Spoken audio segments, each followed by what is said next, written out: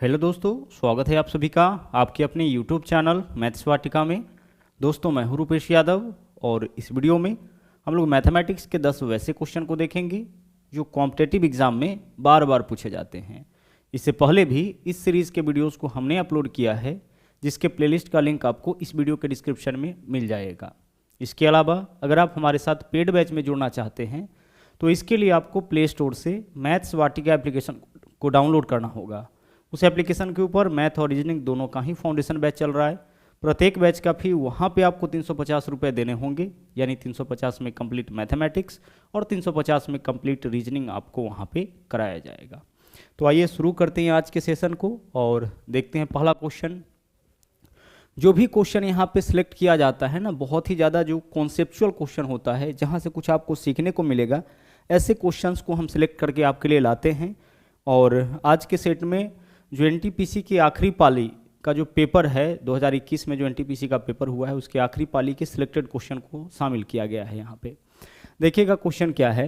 बोला है यदि किसी टीम में 8/15 सदस्य लड़कियां हैं, किसी टीम में जो है 8/15 सदस्य लड़कियां हैं, इसका मतलब क्या हुआ? इसका मतलब हुआ कि कुल 15 विद्यार्थी में 8 लड़की है। कुल 15 विद्यार्थी में कितना लड़की है? 8 लड़की है। तो लड़का कितना हो जाएगा? लड़का हो जाएगा 7। 8/15 सदस्य लड़कियां हैं, इसका मतलब कि 15 सदस्यों में से 8 सदस्य जो है वह लड़की है। तो 15 में से 8 सदस्य लड़की होगा तो शेष 7 सदस्य क्या होगा? लड़का होगा। तो उस टीम में लड़कों की संख्या और लड़कियों की संख्या का अनुपात हमें क्या बताना है? उस टीम में लड़कों की संख्या और लड़कियों की संख्या का अनुपात। तो पहले लिखना है लड़कों का संख्या, बाद में लिखना है लड़कियों का संख्या। बड़े आराम से बता सकते हैं। 15 में से 8 लड़की है तो लड़कियों का संख्या 8 हो जाएगा। शेष 7 क्या होगा? लड़का है, यानी लड़का और लड़कियों के संख्या में यही 7:8 का अनुपात हो जाएगा।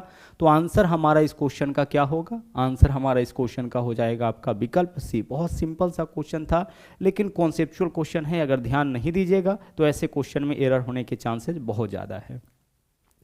चलिए बढ़ते हैं अगले क्वेश्चन में। अगला क्वेश्चन देखिएगा क्या है। बोला है प्रकाश याद करता है कि दानिश का जन्मदिन फरवरी के अंतिम सप्ताह में आता है। राजेश पुष्टि करता है कि दानिश का जन्मदिन प्रतिवर्ष 27 फरवरी के बाद आता है। अब इसके आधार पर हमें तय करना है कि दानिश की संभावित जन्मतिथि क्या है। ज़्यादा एक्यूरेट देखिए इसमें डाटा कौन दे रहा है? राजेश देखिए पुष्टि करता है कि दानिश का जन्मदिन प्रतिवर्ष 27 फरवरी के बाद। तो 27 फरवरी के बाद देखिए 2 ही दिन होगा। एक तो होगा आपका 28 फरवरी और एक हो जाएगा 29 फरवरी।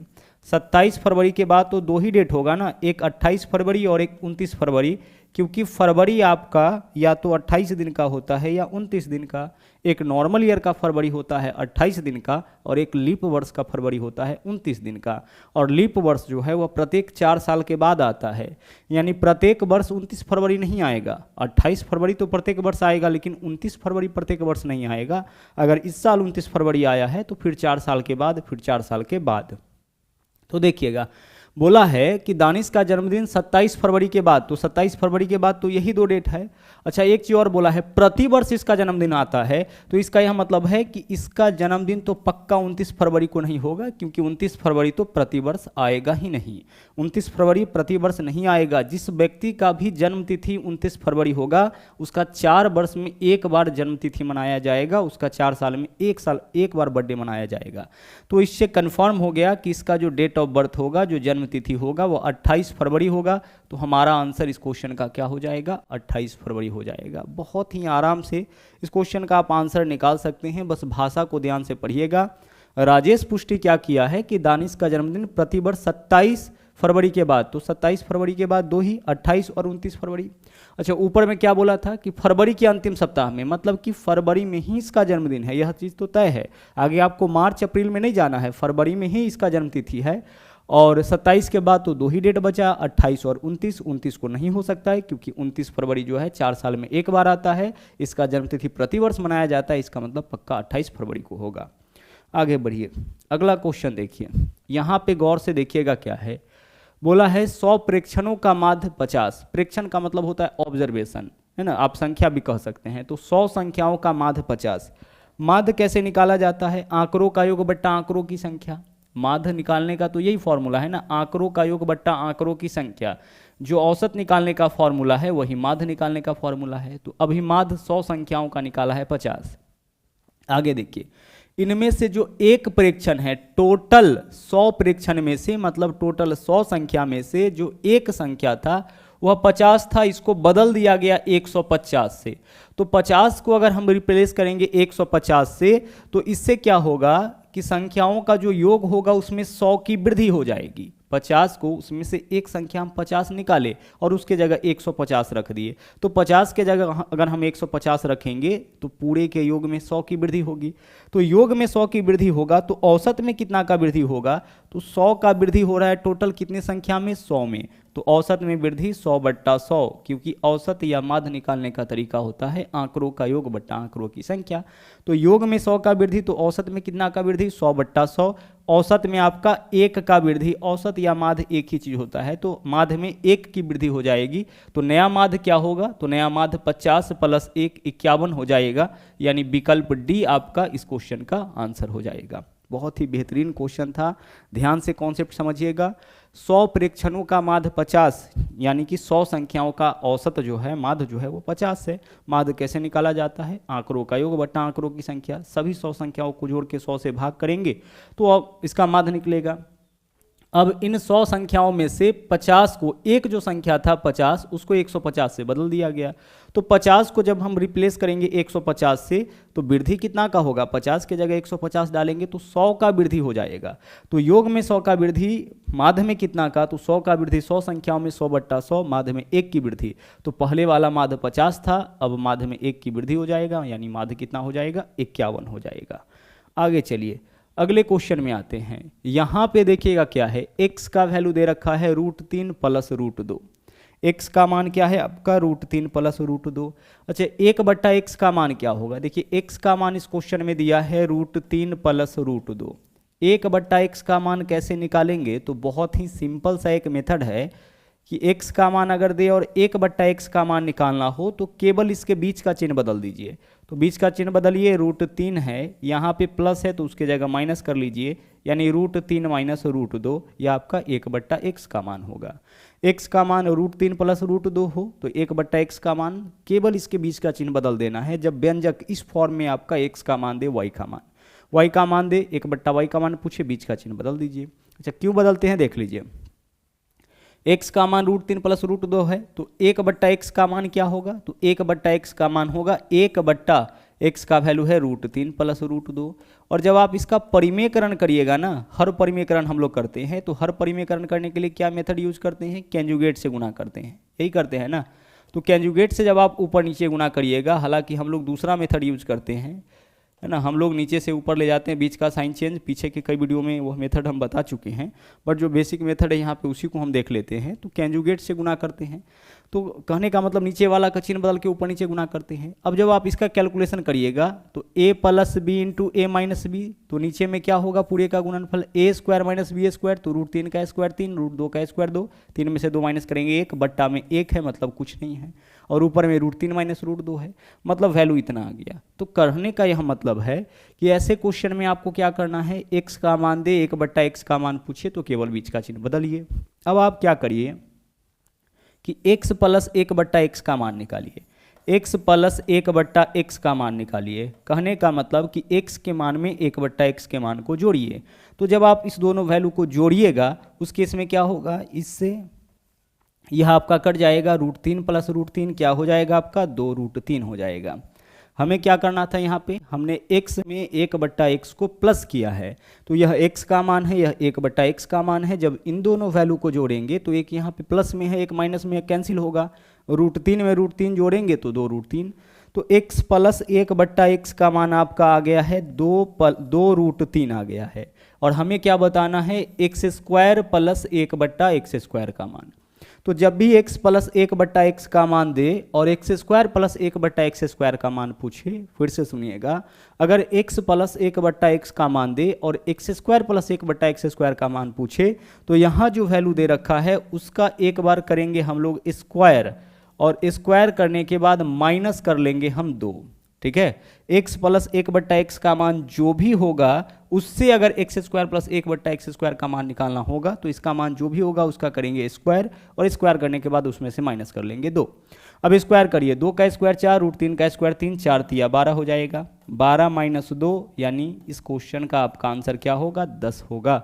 विकल्प ए जो है वो आपके इस क्वेश्चन का आंसर हो जाएगा, और बहुत ज़्यादा ऐसा क्वेश्चन भी आपका रिपीट करता है। ठीक है, चलिए बढ़ते अगले क्वेश्चन में। अगले क्वेश्चन में आ जाइए। यहाँ पे देखिए क्या है, tan 2θ बराबर cot θ प्लस 6 डिग्री है, तो थीटा का मान क्या होगा? अब एक सिंपल सा यहाँ पे फंडा समझिएगा, इसके ऊपर बेसिस भी बहुत सारा क्वेश्चन पूछा जाता है। सिंपल सा फंडा देख लीजिए क्या है कि tan x, ठीक है, tan x बराबर cot y, अगर tan θ बराबर cot θ हो, या फिर sin θ बराबर sin x बराबर cos y हो, ठीक है, या फिर इसके अलावा क्या बचा आपका? इसके अलावा आपके सामने बचा है सेक बचा है, तो सेक x बराबर कॉसेक y हो। रिलेशन चेक कर लीजिएगा किसका किसके साथ होगा, tan का कॉट के साथ, ठीक है, साइन का कॉस के साथ, और सेक का कॉसेक के साथ। यह सब अगर आपस में बराबर होता है, इसका सीधा सा मतलब है कि एंगल का जो मान होगा वह पक्का 90 डिग्री होगा। मतलब x प्लस y का वैल्यू पक्का कितना डिग्री होगा? 90 डिग्री होगा। x प्लस वाई का मान 90 डिग्री होगा, तभी tan x बराबर cot y होगा, तभी sin x बराबर cos y होगा, तभी sec x बराबर cos y होगा। और गौर से देखिए, tan किस में इंटरचेंज करता है? cot में। sin किस में? cos में। और sec किस में? cosec में इंटरचेंज करता है। sin हमेशा cos में इंटरचेंज करता है, cos sin में, tan cot में, cot tan में, sec cosec में, और cosec sec में। तो इंटरचेंजिंग वाला आपस में बराबर तभी होता है जब इसके एंगल का सम 90 डिग्री होगा। इसको और सिंपल वे में समझ लेते हैं। जैसे देखिए tan 60 का, देखिए tan 60 डिग्री का मान जो है वह cot कितना डिग्री के बराबर होगा? तो tan 60 का मान cot 30 डिग्री के बराबर होगा। दोनों का मान निकाल के देख लीजिए, बराबर होगा। tan 60 का मान होता है √3 और cot 30 का मान होता है √3। तो यहाँ tan बराबर क्या हो गया? cot हो गया। तो tan बराबर cot कब हुआ? जब इसके एंगल का सम 90 डिग्री। तो जब भी tan के बराबर में cot हो, sin के बराबर में cos हो, और sec के बराबर में cosec हो, तो आप एक चीज़ समझ जाइएगा कि इसके एंगल का सम 90 डिग्री है। तो इसका एंगल कितना है? 2θ है, और इसका एंगल कितना है? θ प्लस 6 डिग्री है। θ प्लस 6 डिग्री है, और इसका सम कितना हो जाएगा? इसका सम आपका 90 डिग्री हो जाएगा। tan के बराबर में cot होने का सीधा सा मतलब है कि दोनों के एंगल का सम 90 डिग्री होगा। 2θ में θ ऐड करेंगे, यहाँ हो जाएगा 3θ बराबर प्लस का 6 डिग्री, 90 में से माइनस होगा, 84 डिग्री हो जाएगा। 3θ का वैल्यू 84 डिग्री, तो θ का मान क्या होगा? 3 गुना में, इधर आएगा तो भाग में, 3 से काटेंगे 84 को, 28। तो θ का मान आपका 28 डिग्री हो जाएगा, यानी कि विकल्प डी आपका इस क्वेश्चन का आंसर हो जाएगा। मेन चीज़ हमें क्या समझना था इस क्वेश्चन में कि tan बराबर cot दे रखा है, इसका मतलब इस दोनों के एंगल का सम पक्का कितना डिग्री होगा? 90 डिग्री होगा। आगे चलिए अगला क्वेश्चन देखिए। यहाँ पे देखिए 1 - sin 35 degree into cos 55 degree का मान क्या होगा?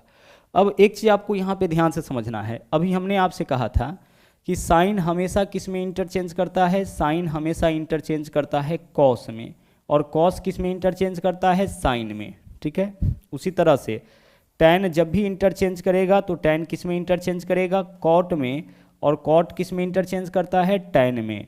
ठीक उसी तरीके से अगर हम sec की बात करें तो sec इंटरचेंज आपका करता है cosec में, और cosec आपका इंटरचेंज करता है sec में। ठीक है, इतना बात आप सबको पता है। साइन हमेशा किस में इंटरचेंज करता है? cos में। अच्छा, इंटरचेंज करने का मतलब क्या है? इंटरचेंज करने का मतलब है कि अगर हम आपसे कहे कि भाई साइन 30 डिग्री के बराबर हम cos कितना डिग्री लिख सकते हैं? इंटरचेंज करने का मतलब कि साइन के बदले में कोई दूसरा ट्रिग्नोमेट्रिकल रेशियो लिखिए।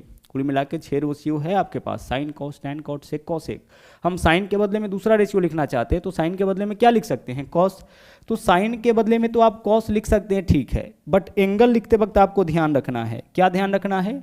कि यहाँ पे 30 डिग्री है तो यहाँ पे आपको एंगल क्या लेना पड़ेगा? 60 डिग्री लेना पड़ेगा। अभी जस्ट आप देखे थे कि इंटरचेंजिंग वाला बराबर कब होगा? जब इसके एंगल का सम 90 डिग्री होगा। तो साइन बराबर cos करना है तो एक चीज़ ध्यान रखिए कि एंगल का सम 90 डिग्री होगा। इस बात को आप ऐसे भी कह सकते हैं कि साइन 30 बराबर कॉस कितना लिखेंगे, कॉस 90 माइनस 30 यानी कि 60 लिखेंगे।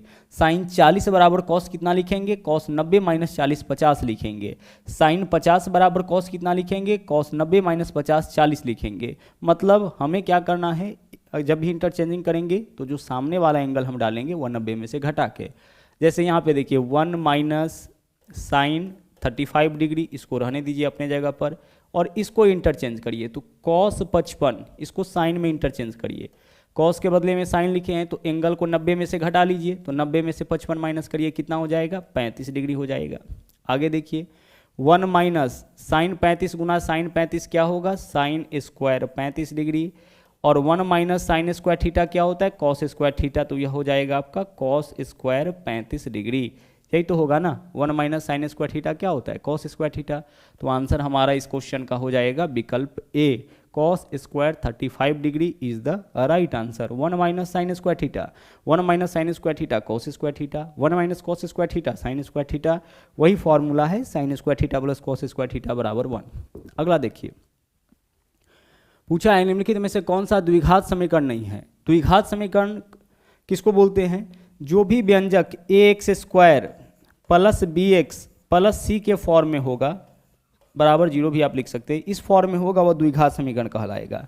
मतलब जिसमें मैक्सिमम पावर के रूप में दो मौजूद हो, वह जो इक्वेशन होगा, वह जो समीकरण होगा, वह द्विघात समीकरण कहलाएगा। मतलब एक्स स्क्वायर होना चाहिए, अगर x है तो, अगर y के फॉर्म में है तो y स्क्वायर होना चाहिए। मतलब जो भी वेरिएबल दिया गया है वह स्क्वायर के फॉर्म में होना चाहिए। तो यह आपका स्टैंडर्ड फॉर्म है एक क्वाड्रेटिक इक्वेशन का, एक द्विघात समीकरण का। अब देखिए पूछा है हम लोगों से कि निम्नलिखित में से कौन द्विघात समीकरण नहीं है। तो पहला को चेक करते हैं। देखिएगा पहला है आपका विकल्प x square plus 3x plus 1 बराबर, इधर देखिए x माइनस 2 का होल स्क्वायर, तो a माइनस बी का होल स्क्वायर बराबर क्या होता है, a स्क्वायर माइनस 2ab, तो माइनस 2 गुने x गुने 2 यानी कि 4x प्लस बी स्क्वायर 2 का स्क्वायर 4, यही तो होगा। अब आगे देखिए एक्स स्क्वायर इधर भी प्लस में है इधर भी प्लस में है, कैंसिल आउट होगा, इसको इस तरफ लाएंगे तो एक प्लस में एक माइनस में कट जाएगा। अब इस इक्वेशन में क्या हमारे पास एक्स स्क्वायर है, नहीं, हमारे पास एक्स स्क्वायर नहीं है। तो अगर किसी व्यंजक में है ना एक्स स्क्वायर नहीं है, अगर y के फॉर्म में है, वेरिएबल y है तो y स्क्वायर नहीं है, तो वह आपका द्विघात समीकरण नहीं होगा।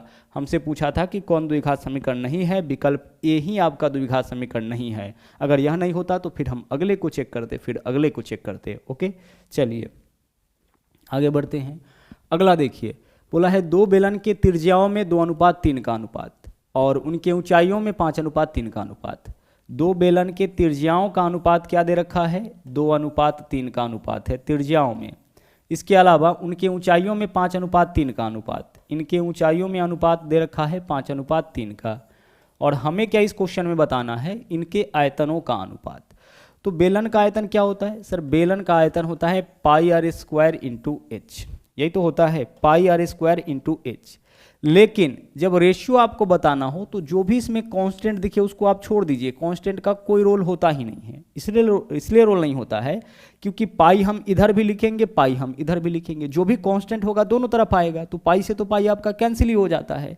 तो कांस्टेंट जो भी होगा, कांस्टेंट मतलब जो भी अंक होगा 1 2 3 4 5 6 22, पाई का मतलब 22/7, यह भी तो एक अंक है।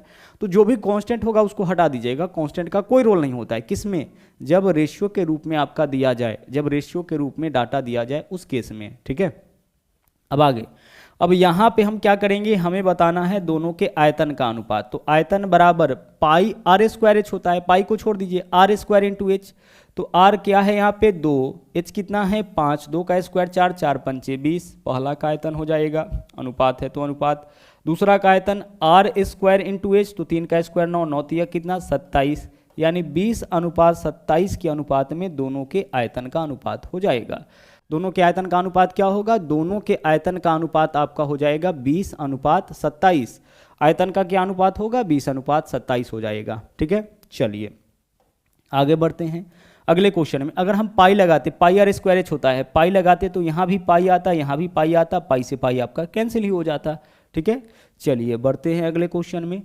अगला क्वेश्चन देखिए, 33 मीटर का कपड़ा बेचने पर रानी को 11 मीटर कपड़े के विक्रय मूल्य के बराबर लाभ होता है। तो लाभ प्रतिशत यहाँ पे रुपए के रूप में नहीं दिया है डाटा, वस्तु के रूप में दिया है।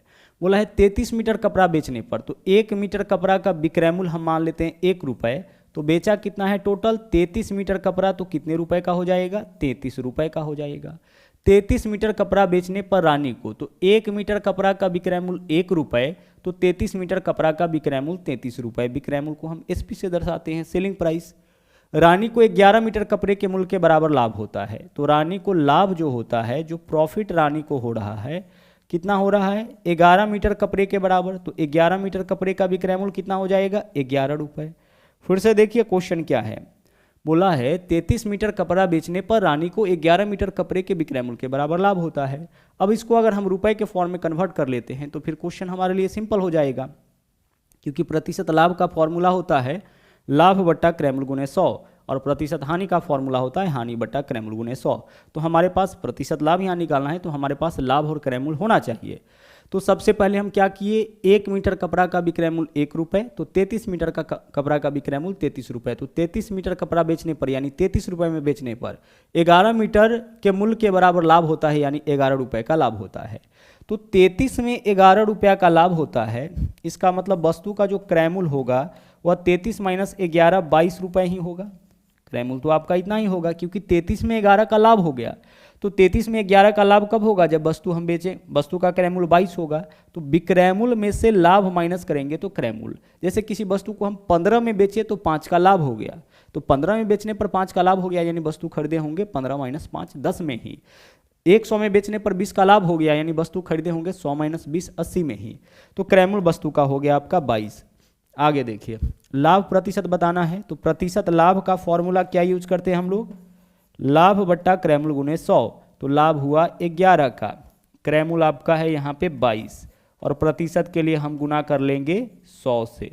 बस इसको सोल्व करिए, आंसर आपका आ जाएगा 11 दूना 22, 2 से काटेंगे 100 को 50, यानी इस सौदे में टोटल 50% का लाभ हो जाएगा। ठीक है, इस सौदे में क्या होगा, टोटल 50% का लाभ हो जाएगा। बढ़ते हैं अगले क्वेश्चन में। अगला क्वेश्चन देखिएगा क्या है, यहाँ पे अच्छी तरह से पढ़िए इसको पहले।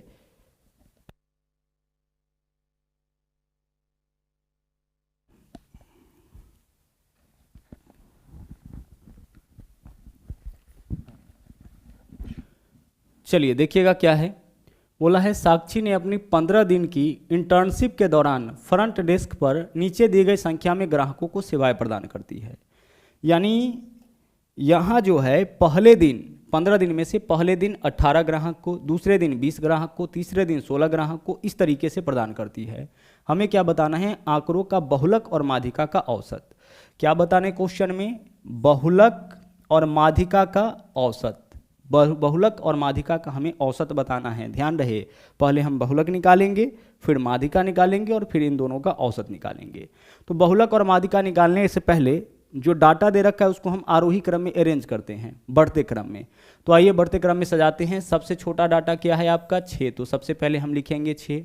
अब 6 के बाद इससे बड़ा डाटा कौन है, तो 6 के बाद 12 है, 13 है। 6 के बाद क्या है आपका 12 और 13, 6 के बाद 12, 12 के बाद 13। देखिए 12 एक बार, 13 एक बार, और भी आया है क्या 12 13 नहीं आया है। 6 के बाद 12, 12 के बाद 13, 13 के बाद क्या है आपका 16, 16 कितनी बार आया है 16 एक बार, 16 दो बार, 16 आपका आ गया है 2 बार। ठीक है, आगे बढ़िए। इसके बाद अगला संख्या कौन है 17, 17 कितनी बार 1 2 3 4, 17 4 बार आया है, तो 17 को 4 बार लिख लीजिए, आरोही क्रम में सजा लीजिए 17 को 4 बार। 17 के बाद क्या है 18, 18 कितनी बार आया है 18 एक बार ही आया है, तो अब 18 लिखिए। 18 के बाद इससे बड़ी संख्या कौन है 20, 20 एक बार, 24 एक बार, 28 एक बार, 45 एक बार। 20 24 28 45, 20 24 28 और 45। ठीक है, सभी आंकड़ों को क्या किए हैं यहाँ पे आरोही क्रम में सजा लिए हैं, बढ़ते क्रम में, छोटा संख्या पहले उसके बाद बड़ी संख्या। अब आरोही क्रम में सजाने के बाद बहुलक कौन होगा, बहुलक वही होगा जिसका पुनरावृत्ति रिपीटेशन सबसे ज़्यादा बार हुआ होगा। तो देखिए सबसे ज़्यादा बार कौन आया है 17, देखिए 1 2 3 4, सबसे ज़्यादा बार 17 आया है, तो इन आंकड़ों का बहुलक 17 हो जाएगा। माध्यिका, माध्यिका क्या होगा, इन आंकड़ों का माध्यिका क्या होगा, बहुलक को बोलते हैं मोड और माध्यिका को बोलते हैं मीडियन। देखिएगा, माध्यिका का मतलब होता है कि आंकड़ों को आरोही क्रम में सजाने के बाद जो संख्या बिल्कुल बीच में आता है वही माध्यिका। तो टोटल कितना संख्या है? 1 2 3 4 5 6 7 8 9 10 11 12 13 14। अच्छा, कोई एक संख्या छूट गया है क्या? 3 6 9 2 11 और 3 14। देख लीजिए, कोई एक संख्या छूट गया है, 32 छूट गया है ना। 28 के बाद हम यहाँ पे क्या लिखेंगे? 28 के बाद यहाँ पे हम लिखेंगे जो संख्या छूट गया है हमारा, यहाँ पे एक संख्या छूट गया है 32 और उसके बाद 45, है ना, एक संख्या छूट गया है। टोटल 15 संख्या। अब 15 संख्या के बीच में कौन सा संख्या होगा? 8वां संख्या। 7 बाएं से हटाएंगे, 7 दाएं से हटाएंगे तो बीच में 8वां संख्या हो जाएगा। तो देखिए 3 और 3 6 और 1 7, यह वाला जो होगा वह आपका माध्यिका हो जाएगा। देख लीजिए, इस तरफ भी 7 संख्या होगा और इस तरफ भी 3 और 4 7 संख्या, यही बीच वाला संख्या है। तो माध्यिका हो जाएगा आपका 17। अब बहुलक 17 आया है, माध्यिका भी 17 आया है, हमें क्या बताना है? बहुलक और माध्यिका का औसत। तो बहुलक और माध्यिका का औसत कैसे निकालेंगे? बहुलक प्लस माध्यिका बट्टा 2। बहुलक और माध्यिका का औसत, तो इन दोनों को जोड़ के 2 से भाग, तो बहुलक प्लस माध्यिका बट्टा 2। तो 17 17 34 बट्टा 2, यानी फिर से क्या आ जाएगा? 17। तो आपके इस क्वेश्चन का आंसर क्या होगा? विकल्प ए होगा। क्वेश्चन के कॉन्सेप्ट को समझिएगा, हमें बताना था बहुलक और माध्यिका का औसत, तो पहले हम बहुलक निकालेंगे। बहुलक कौन होगा? जो इन आंकड़ों में सबसे ज़्यादा बार रिपीट करेगा। उसके बाद माध्यिका। माध्यिका कौन होगा? आंकड़ों को आरोही क्रम में सजाइए, जो संख्या बिल्कुल बीच में आएगा वही माध्यिका होगा। अब बहुलक और माध्यिका दोनों निकाल लिए हैं, तो अब दोनों का औसत निकालना है, तो दोनों को जोड़ के हम भाग करेंगे 2 से। ठीक है, चलिए, तो आज के लिए इतना ही। वापस मुलाकात होगी अगले दिन फिर से एक नए सेट के साथ। थैंक यू, जय हिंद।